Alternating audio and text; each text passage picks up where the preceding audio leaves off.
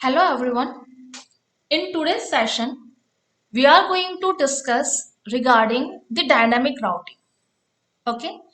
So for that, here which topology we are going to use is the ring topology.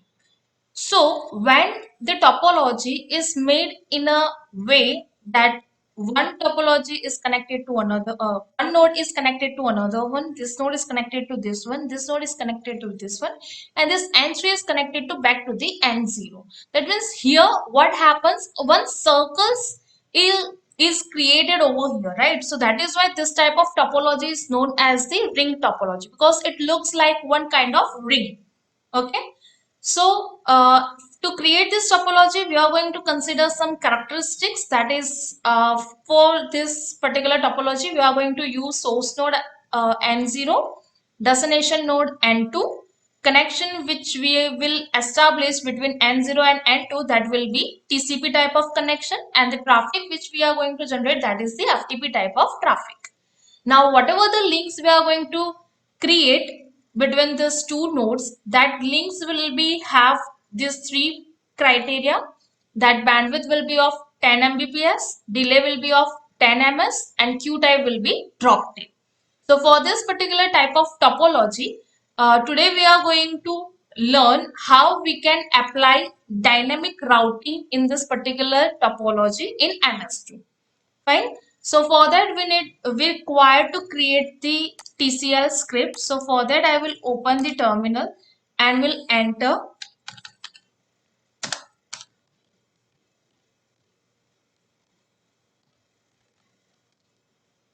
Fine. So over here I have created practical3.tcl file.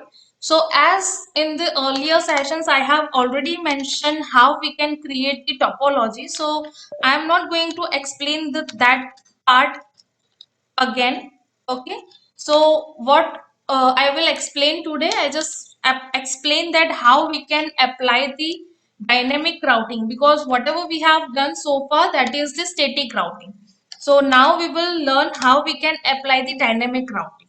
Okay, so over here I am creating the NAM file, because with the help of NAM file we are able to understand what is happening actually in the topology. Because what we are going to do, we are going to make one link down for some time duration, so that because of dynamic routing, what happens, the routers will update their routing table accordingly, and the new path will be taken for transferring the packet from one end to the another end. So that part we need to watch, so that there is the requirement of NAM file. So over here I have created the NAM file, and now I am using this NS and NF variables into the procedure called finish. So now I will flush whatever the trace we have done, and will simply close $NF. Fine. Then we will execute this NAM practical3.NAM, and we will simply exit this file. Fine. Now we will create the four nodes. That means set N0 $NS node. Fine. So as we require four nodes, I will just copy and paste these things multiple times, right? And we'll change the name of your variable n1, n2, n3. Fine. Now what is the requirement of creating duplex link, right? So I will write duplex link between node n0 and node n1, that is of 10 MB, 10 ms, and drop tape. Fine. As we require four different links of the same kind of characteristics, so I will just copy and paste and will change the nodes, right? So N0 is connected to N1, N1 is connected to N2, N2 is connected to N3, and N3 again is connected to N0. Fine. So this thing we have done. Now we will provide the direction. So for that we required the syntax $ns duplex link option. That means between node n0 and node n1, orient So over here N0 and N1, right? So this is the right direction, so we'll write over here right. Then we require the same sentence for the 4 times, so I just copy and paste this thing, right? So now between 1 and 2, so second node is in the down direction, so I will write down over here between node N2 and N3. So N2 to N3 is in the left direction, and this N3 and N0, it is in the up direction. So I will write over here up. Fine. So we have created the node, we have created the link, we have given the direction also. Now what we are going to do, we are just going to establish the connection. So over here we are going to generate the TCP connection. So for that I am writing TCP as a variable and the agent that is of TCP type, right? Then we'll set TCP class. So class is 2, right? Now we will attach the agent. So attach agent $n0 to $TCP. Fine. Now we will create the another agent. Let's say $sync. Sorry, $sync name. Set sync, and that we will say new agent, that is TCP sync, right? Now what is the next step? Next step is to attach this agent to particular node. So I am attaching this with node N2, right? So our destination is N2, so over here $N2, fine. And $sync. Now we have created 2 agents, so we will connect this both the agents with the help of connect. So connect $TCP and $sync. Fine. So now we have created the connection. We'll now generate the traffic. So traffic type is FTP. So new application, and that is of FTP type. Right. Now we will just attach this FTP attached to this TCP agent. Okay, and now we will set some characteristics, that set type, that is the FTP. Then we will set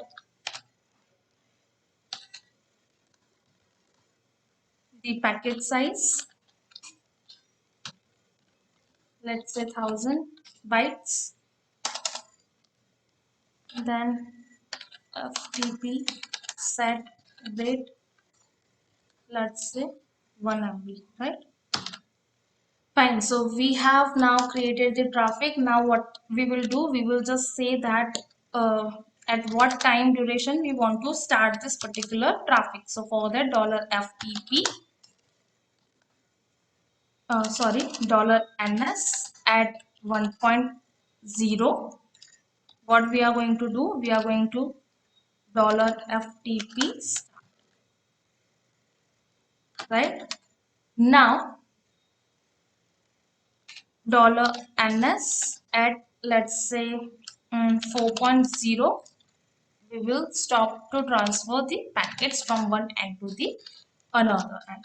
Okay, and we will simply just run or call our finish procedure at 5.0 seconds. So we will call our finish procedure, and lastly we will just simply run this practical. Fine. So with the help of this, what we have done so far, we have only created the topology, we have created the connection between source and destination, and we have just generated the traffic, and we have set the timing when we want to start the traffic and when we don't want, when we want to stop this traffic.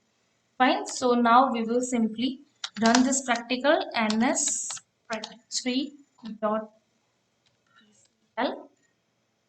So over here you can see the same topology which we have mentioned over here, the same topology we have created, right? And we can also see that at 1.0 the packets are transferring from 0 to 2, right, with the help of this particular via node 2, with the help of this particular path 0 to 1, 1 to 2. Fine. So now what we are going to do is we are just going to down the link which is between node n1 and n2. Why that, sir? Because let's assume that because of some reasons that link is corrupted and that goes down.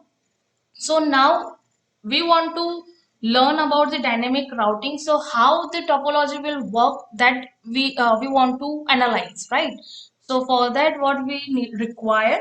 So first of all, we need to set that which routing protocol we want to use, right? So over here in our practical, we are going to use routing protocol. So for that, we need to write over here in this simulation RT, that means routing, and proto means protocol. Okay. So what protocol we want to use, that is the DV. DV stands for the distance vector. Okay. So we have mentioned over here that we are going to use the distance vector dynamic routing protocol. So when that protocol will work, whenever we are transferring this packet, and while transferring, if the whatever the path we are using that got lost, right? So for that we need to do over here, right, $ns in routing model at 1.0 seconds we are starting to transfer the packets, right? So at 2.0 second we will just simply down this path. Which path? That is $n1 and $n2. Okay. And now then we will say that in this routing model at, let's say, 3.0 we will simply up this link, that is n1 and n2. Fine. So now I'll just save this and we will run this practical again. So now topology is same, right? So now I will just run this and let's see what happens in this particular practical after applying this dynamic routing. So at 1.0 we can see that it is using the same path 0 to 1, 1 to 2, right?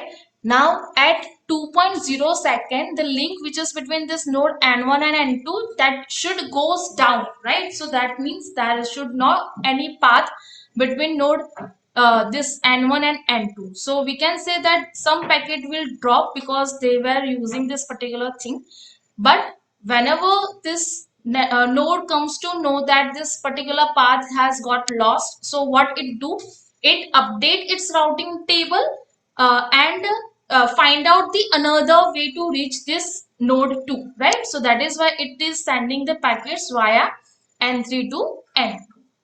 Right now you can see this link is again up because the time duration we have provided to up for this link is the 3.0, right? So this was the mechanism behind the dynamic routing. Okay. So what does this means? Instead of the manual updation in the routing table, with the help of dynamic routing, the routers can update their routing table after some time duration, or whenever they find out that some links got down or some path has been lost, right? So at that time they will check the routing table and accordingly they will update their path and they will start forwarding the packets with the help of another path. So this is the mechanism behind the dynamic routing. Okay.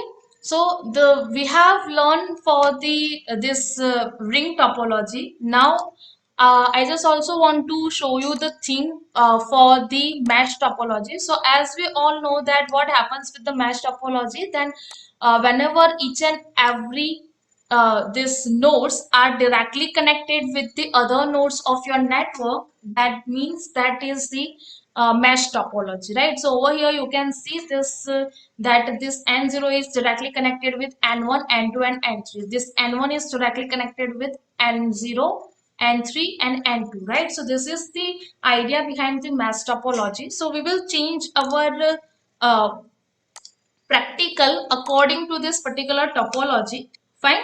So over here you can also see that there is some link down, when the link goes down, when the link goes up, and all other stuffs, right? So yeah, now we will update our topology based on the new topology, right? So what we are required, there are four nodes, so no need to change over here, right? There are four links. No, we need to add two links, right? So we will just copy this line and we will just paste this. So I have created two more links. That two more links, that is between node N0, N2, N1, N3, right? So we will write over here N0 and N2, right? And over here we will write that N1 and N3, right? Similarly, what we need to do, we just need to copy and paste these things also, because we need to provide the directions also, right? So that is between node N0 and N2, and second one is between N1 and N3. Now what is the orientation? So as we can see in this, so this N2 is down, right down, right? So we will write over here, right down. Okay, and in the another scenario, this is the left down, right? So over here I will write left down.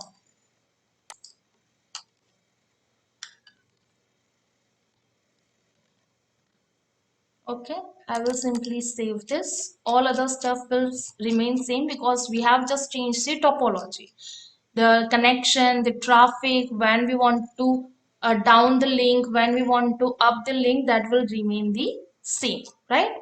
So we will just simply save this. One more thing I just want to forgot, that I just want to tell you that over here when we have created these two links, so that is much far from the earlier one, right? So that is why we need to provide the more delay over here.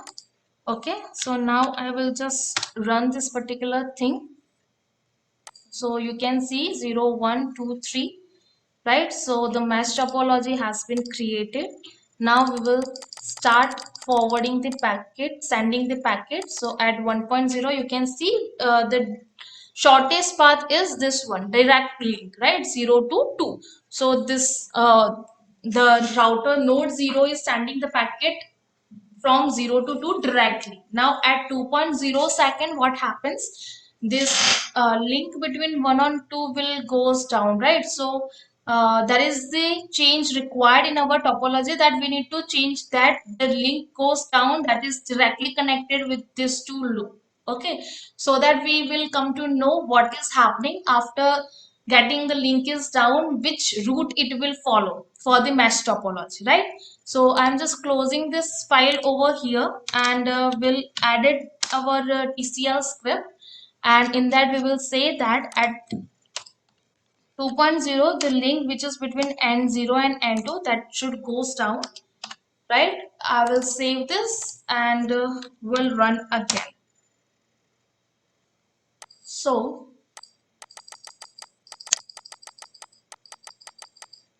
you can see right now it is using the direct link between node N0 to N2. Okay, now we will see that what happens when at 2.0 seconds this link will goes down, right? So you can see that at 2.0 second this link goes down. So now it is updating the routing table and it is using this particular path, right? So it is using 0 to 1 and 1 to 2, this path for transferring the packets, while it is using 2 to 3 and 3 to 0 for sending the acknowledgement. Now we can see that when this link goes up, it is again started using this particular link. Why? Because this is the shortest path, right?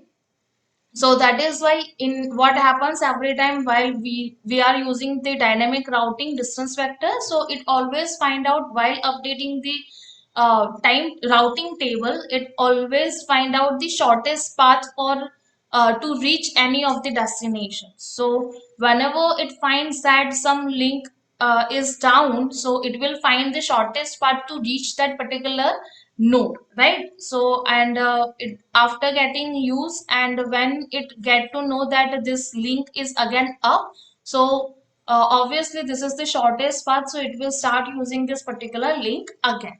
So this was the mechanism, this was the idea behind this particular dynamic routing. So instead of distance vector, you can also use link state algorithm. So whenever we are using the syntax for declaring the routing protocol, so instead of dv, you can write in a capital letter ls for the link state algorithm.